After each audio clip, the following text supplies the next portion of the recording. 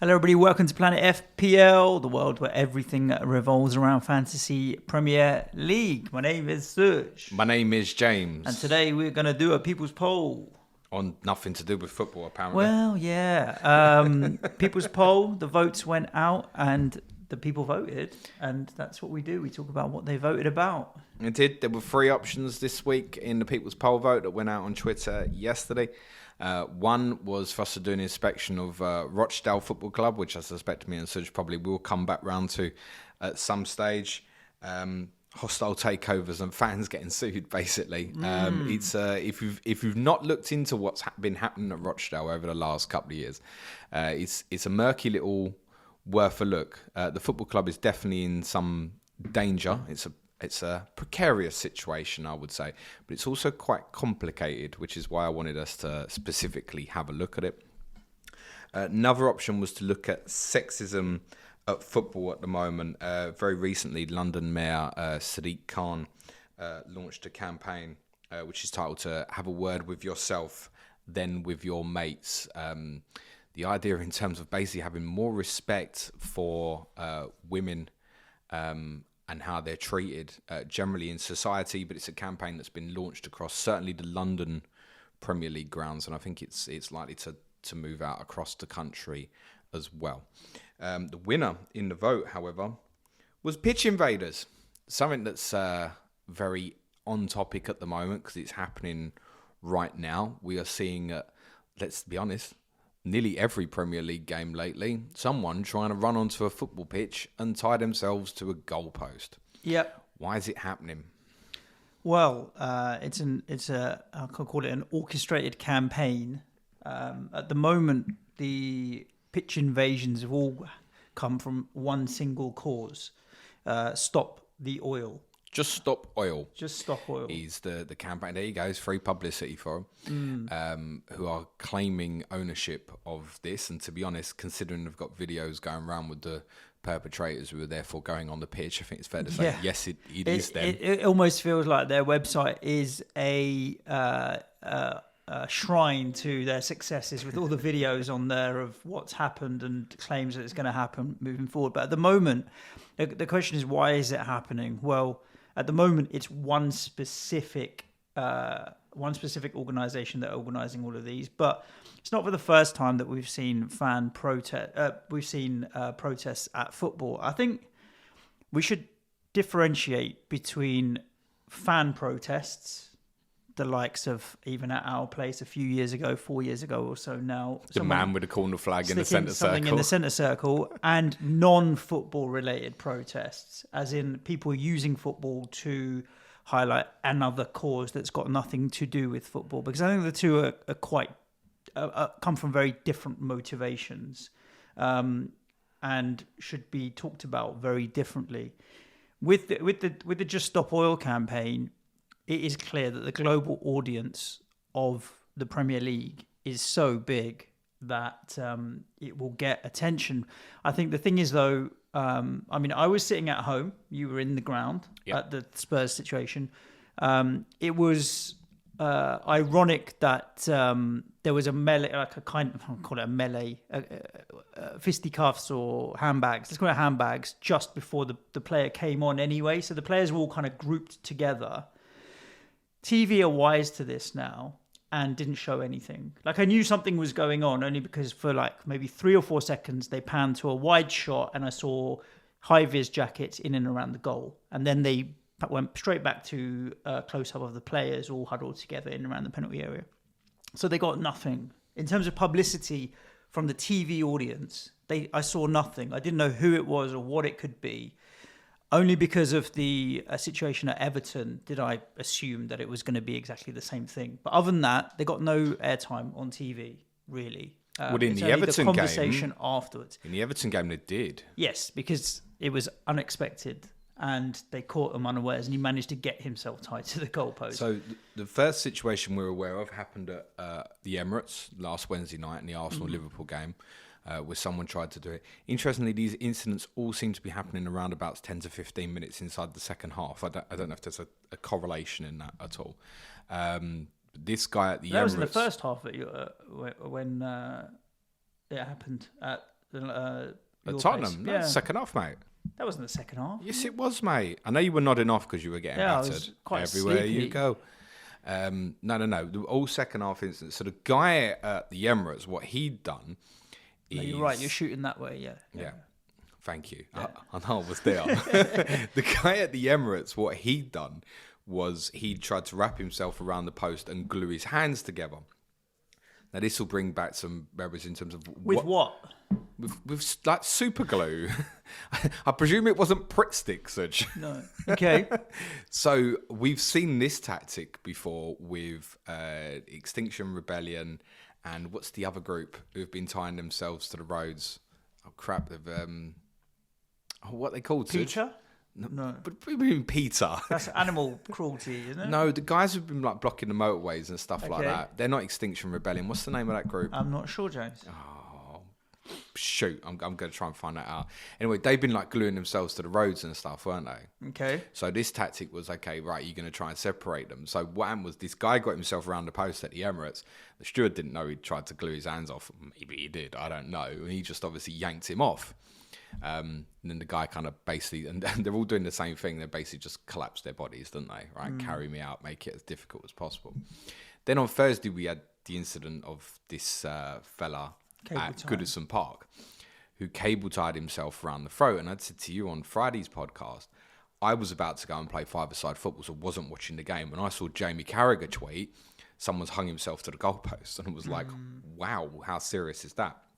So, I mean, not the brightest way to go and do it. And actually, some of the incidents that spun off from what happened with the whole Everton thing in terms of the guy on the Gladys Street end who handed a flick knife to the steward. Did you see that? No. And the steward doesn't question why a guy's got like a flick knife. It was really weird.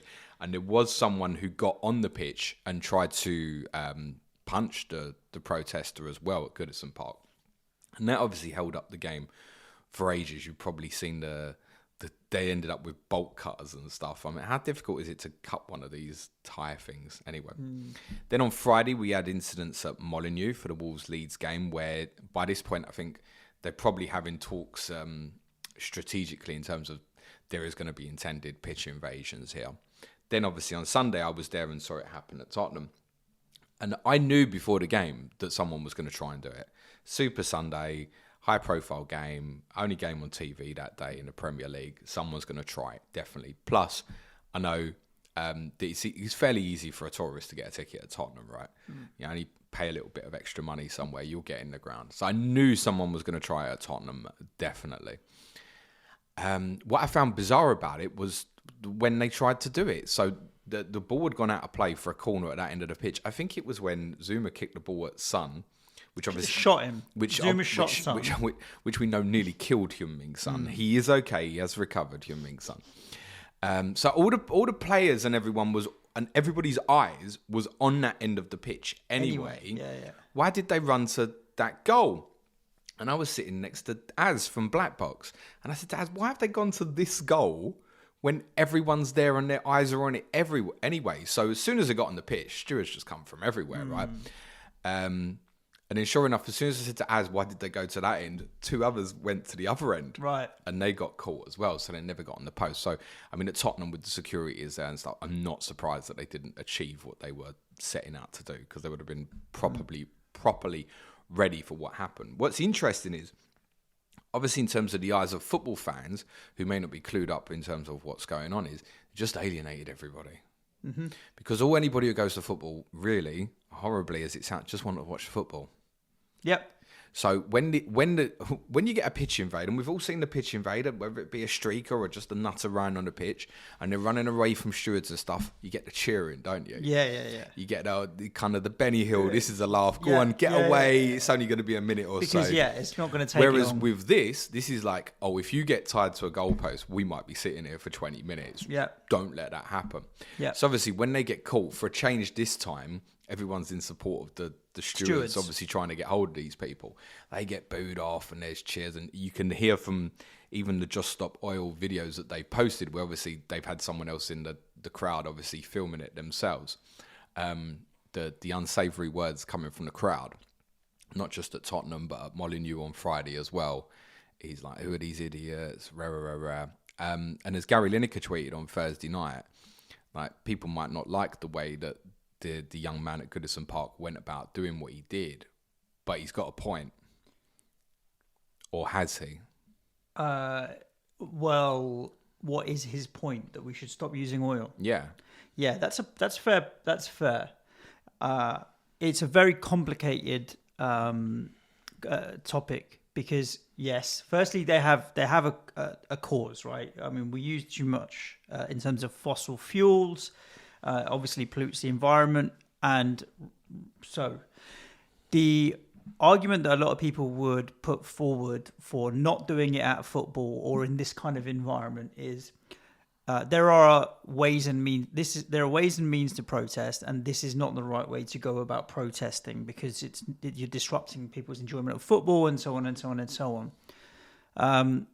The counter argument to that is, but then what's the right way to protest? What, a march in central London? Well, that doesn't seem to, you get 100,000 people on a march, doesn't sometimes do anything, and the laws don't change and our behaviors don't change.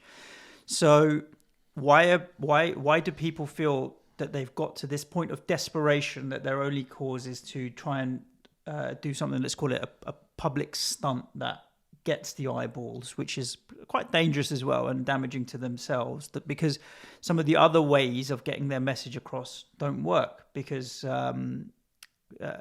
big business and governments and whatever you don't listen to protests.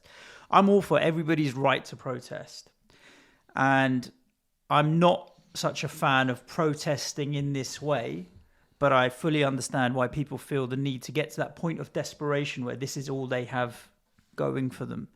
It's difficult because we don't want things disrupted, and we don't want a world where people feel like that's the only way they can get their message across, by doing something that almost feels like an act of desperation in terms of really shouting out. But it's because normal protests don't always work or don't always get listened to. So do we think that football's being targeted currently because of visibility? Because to my knowledge, and I might have this incorrect, to my knowledge, the FA Cup games weren't targeted at all. So the Premier League, that's definitely because of visibility. Yeah. Take oil as a classic example. But interestingly, is there any more visibility on Everton versus Newcastle or Amazon Prime than there is of Nottingham Forest versus Liverpool on ITV, for example? I don't think the planning for it gets as far as that. I think it's a Premier League game, lots of people are watching, done. It's not like how many viewers will this game get versus this one. I think it's a case of just it's a Premier League game, let's just go for it. I don't think the planning gets that far. I get it. You're 100% right. They've got a point, and we as a society need to get more educated and better clued up on all sorts of issues. When I saw, because I was obviously at London Stadium on Thursday when the guy cable tied himself. So the first I heard about was it an incident of yours Thursday? No. Oh, at the same time. Everton. Yeah, at the same time the game was. The first I heard about it was seeing someone take a picture of it on their TV in a WhatsApp group that I'm in, and I assumed that it was a Ukraine thing, like someone's protesting the war. Because that's the big issue that's going on right now, and kind of needs more eyeballs and more talked about as well. So I really sit on both sides of it. I get the need, and I value the right to protest. I also understand that when people try and protest in the way that we are allowed to protest, that so the message doesn't get across. And so they need to do things like this, but also it doesn't help. Sometimes you don't help yourself when you do things like this. It's difficult. Like, it's just the oil is a classic example. Like we have climate change summits all the time in the world, like Glasgow being the most recent, but the Paris Accord and this, that, and the other. Joe Biden was at Glasgow and gave a speech saying we need to use this meeting as the start point of everything to do with like climate change and using less fossil fuel and whatever else he said. And then a few weeks and months later, the price of fuel shot through the roof. And so he tapped into America's national reserves of oil that they keep just in case, and said, we'll release all of this oil to drive the price of petrol down again. And a few weeks ago, you're trying to... Yeah, surely. Completely. So you're like, okay, well, how much do you give a shit about climate change for example, this is one small example of why the hypocrisy of politicians and society and big business and all gets away with it, that people feel the need to protest and do things like they've done at the football. And I get it. And I'm all for the right to protest and what have you.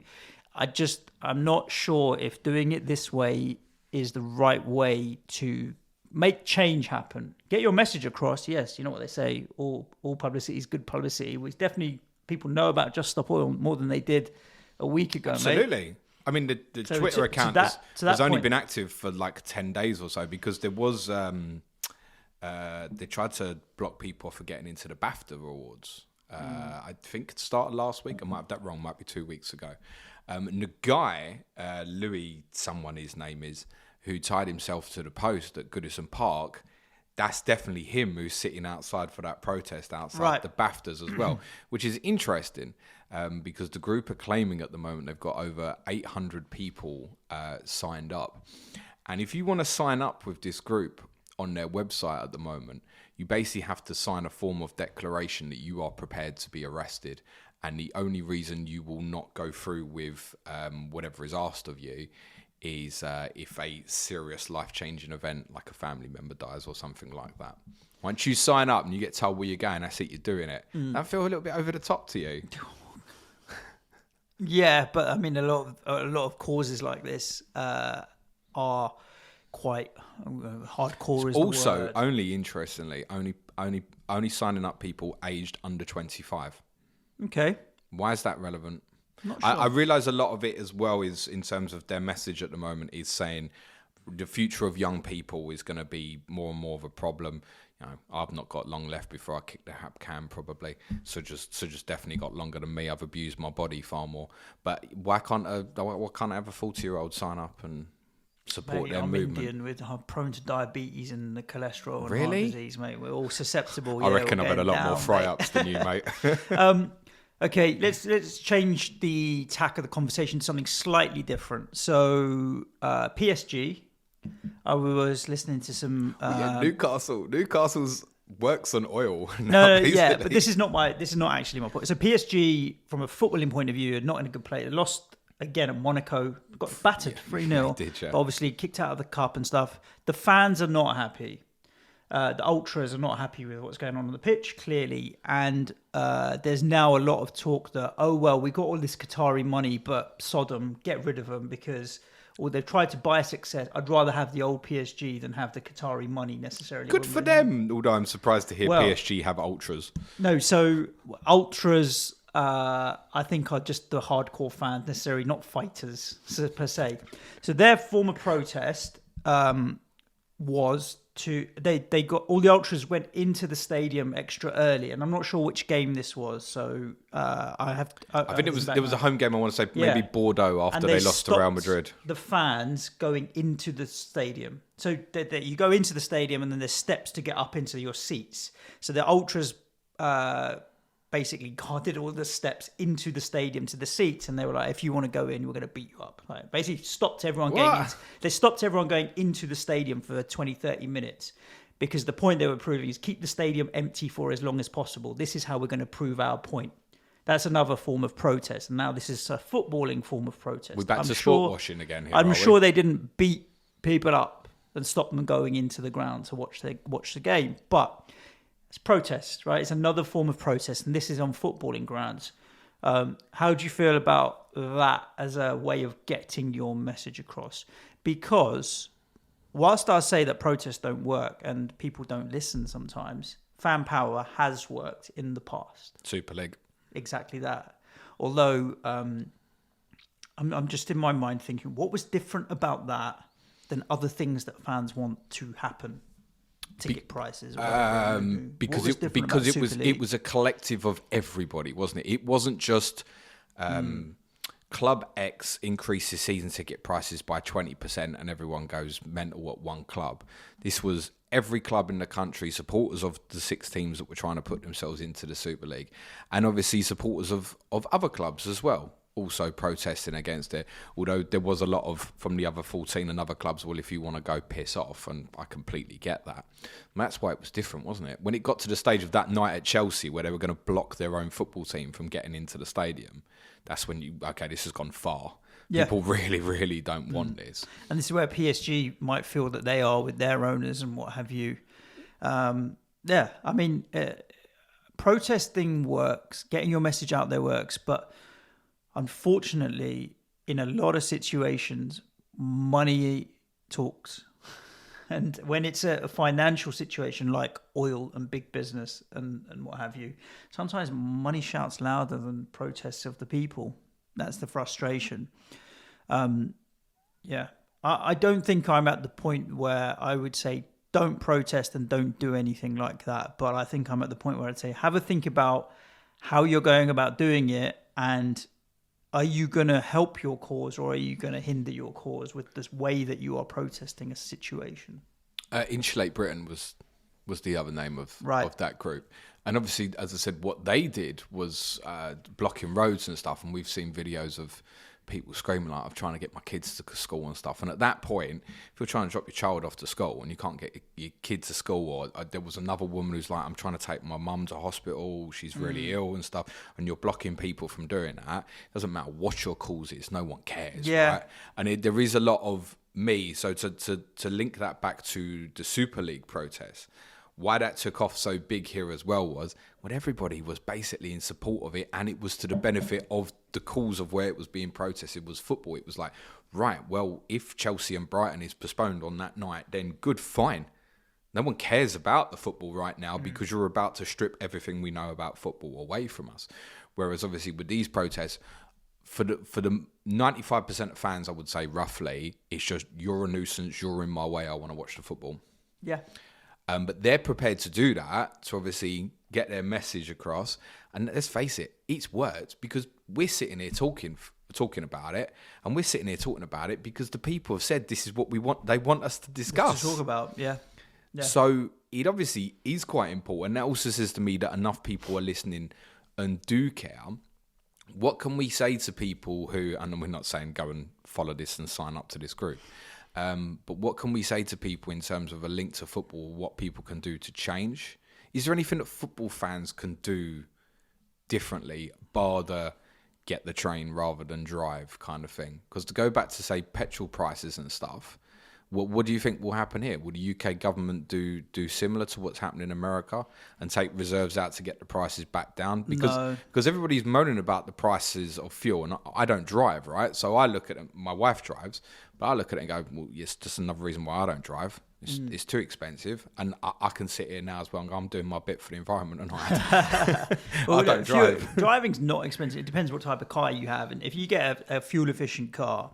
So between me, I've got my wife's car's electric, little Nissan Leaf, good electric car, wouldn't put anyone off it, and my car's a diesel. So my reserve fuel light came on Friday, and I just haven't driven it since because I'm like, okay, we can juggle our lives so that we only need to use one car at any one time, and I just use the electric car now. I mean, I'm not bothering filling up. So I'm just thinking, right, that there are, going back to conspiracy theories. Basically, you're going to sell the car and the person can't drive off your core. Is that what you're saying? Conspiracy theories we talked about on a Patreon pod last week. Sign up to patreon.com/Planet FPL.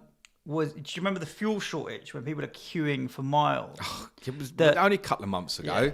Yeah. The rumour was at the time that what had happened during the lockdown period and shutdown was that the fuel companies had too much fuel and they needed to get rid of it. So the media hype was to artificially create a panic, and then everyone would buy it out. And also there was a change in the fuel type that we're selling. Like we have this one type of unleaded 95 RON or whatever. There's something about this super fuel or something E10. like this. And so the feeling was like the fuel companies need to get rid of all the old fuel that they got to phase in this new fuel that's coming in or whatever else. Let's create a panic.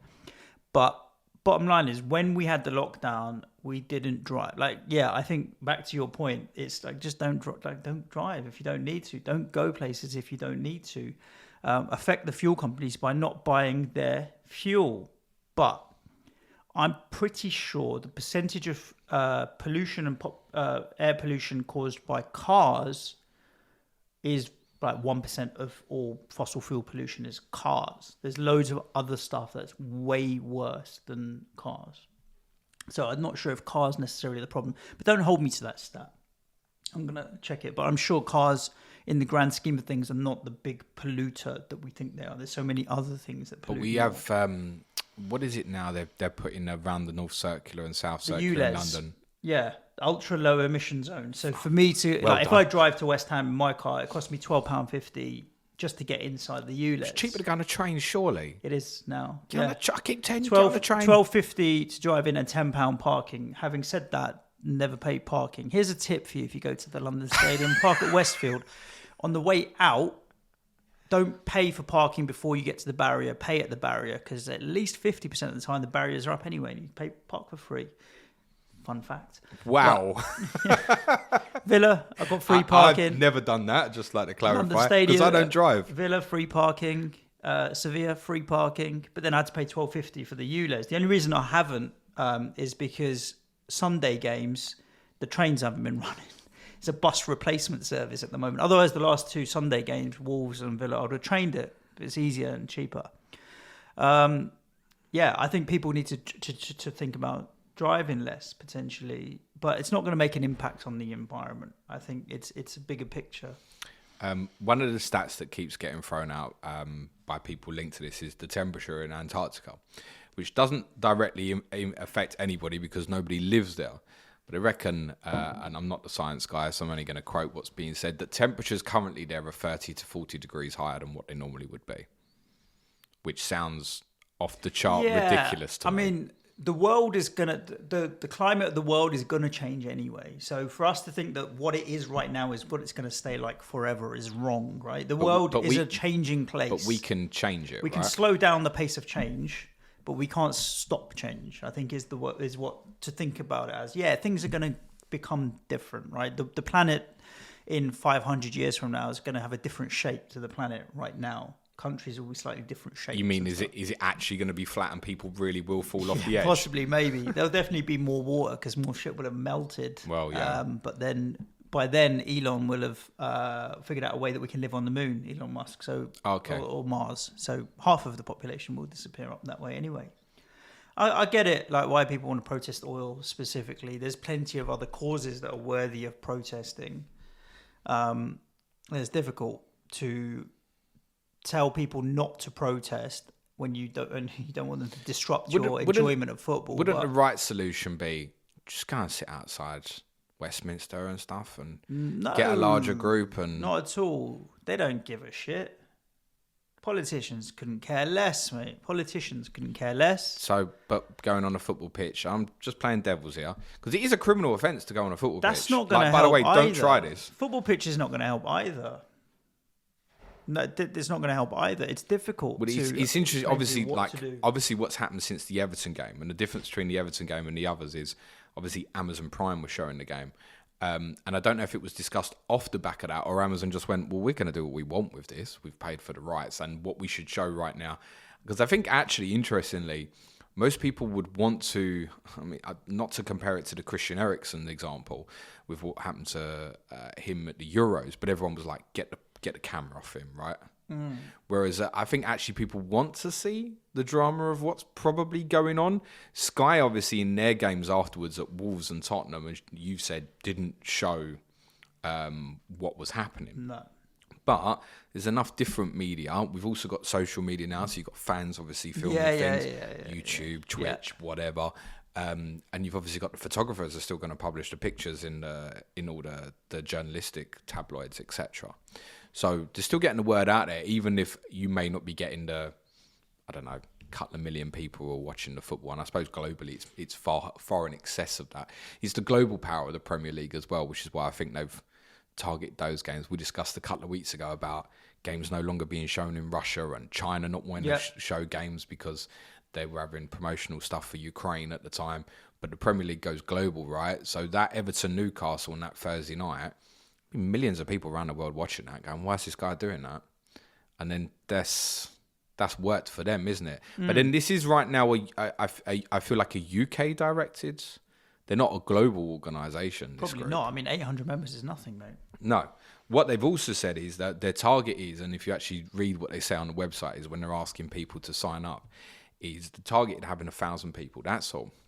And they want to mass disrupt events at the end of March. Now, we've got about a week to go, so you might be listening to this and thinking, well, Premier League don't start again until April. We might be all right. And you might be right. We might never see this again in a Premier League game. England play at Wembley on Saturday night and next Tuesday night. They're going to go for them games, man. And I think they're going to go for it in far larger numbers. Yep. And that's a big problem for the FA. Yeah, I'm sure they'll figure out a way. It won't be a problem to get a ticket at Wembley for a friendly international. No. Literally no problem at all. So what happens then? What happens then when you've got a group of 20 manage to tie themselves to a goal, for example? FA, because the way UEFA/FIFA would then treat that, they'd be like, you ain't playing football at Wembley. Mind you, most of us want it moved around the country anyway. Talking of which, if anyone from the FA is listening, Man City versus Liverpool, right? FA Cup semi-final. There's no trains to Euston. You're insisting the game's going to be at Wembley. Old Trafford's the obvious solution, but it's booked. Put the game at St James's Park, Stadium of Light, anywhere where they can go. Stop this nonsense of semi-finals at Wembley. Sorry, that's just a rant. It's a fair rant, though. It's really annoying me. It's fucking ridiculous. You can't get there. It can't get any further south than Milton Keynes. You're going to have 80 to 90,000. It won't be the whole 90,000. We know that. No, because the FA need to sell at least 20,000 to corporate. There'll be some that live more locally and stuff as well. But yeah, let's say 60,000 or so are travelling down from north for Liverpool v Man City, and I can't actually get to London. So do you want to go? No, I don't want to go. I don't give a shit. But why do I want to go? I'll be at Tottenham at 12:30. Oh, you playing that day, you? Yeah, I've got to watch the protesters at Tottenham. We won't target the FA Cup semi-final, will they? No, I don't want to go. I will want to watch it on the TV, obviously. But yeah, that's not. Is that Burnley for us?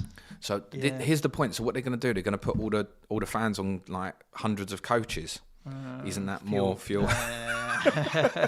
Have the game somewhere up north, play it in a small, even Villa Park, whatever, somewhere where they can get to. Stop this nonsense with Wembley semi-finals, doing my absolute brain in. Let's check if we're planned. If tickets were available, I'd love to see City Liverpool in a semi-final. When the FA opened Wembley, sorry, this is well off the topic. When the FA opened Wembley, they were under a 15-year agreement that they had to host. They had to host all the semi-finals at Wembley for 15 years. Right, that's up now. It's finished. Finished last year. Stop this nonsense now. Give the FA Cup semi-finals back to the people. The Wembley should not be for Cup semi-finals. Right, so visit our website, stopthisnonsense at Wembley.com. Semi-finals. We need 1,000 members to sign up, and all we need you to do is we'll send you the T-shirt and the cable ties, and go around your grounds to make a point to the FA. But you know what? That's a classic example of a cause that we can say what we want, money talks, and they're not going to give a shit, unfortunately. That's so true. You could go and protest at Wembley this weekend. It could be thousands of Liverpool Man City fans invade the pitch, have a sit-in protest. We're not coming to the semi-final at Wembley. Still have it there. Someone else will, you know. That's exactly it. That's always the problem. It's like that with my season ticket at Tottenham. You say, that's why I never moan about ticket prices. If I don't go, someone else will go. Pay it or don't pay it. Indeed. Interesting chat, James. I think a lot of people's opinions may differ from ours or what have you, but do jump in the comments on YouTube or Twitter and keep the debate going. I definitely think it's something that we do need to keep talking about. As much as we may disagree with disruption, I don't think many people will disagree. I feel like we've completed it now. We've had a conversation on climate change. I feel like how far out can we go with this? I'm sure we'll find a topic or two soon enough. Listeners, we're back at you tomorrow with Sky Fantasy Football, and then on Thursday, Clash of the Correspondents. James will be live streaming. Patrons, today we will be looking at future predictions in football. Yeah, Tottenham tomorrow. Some funny and some serious shit I've seen on Twitter recently. And a quiz for you on Thursday. Stay safe, look after yourselves, get vaccinated, stop the war. Ciao for now. Thanks, everyone. Be nice to each other.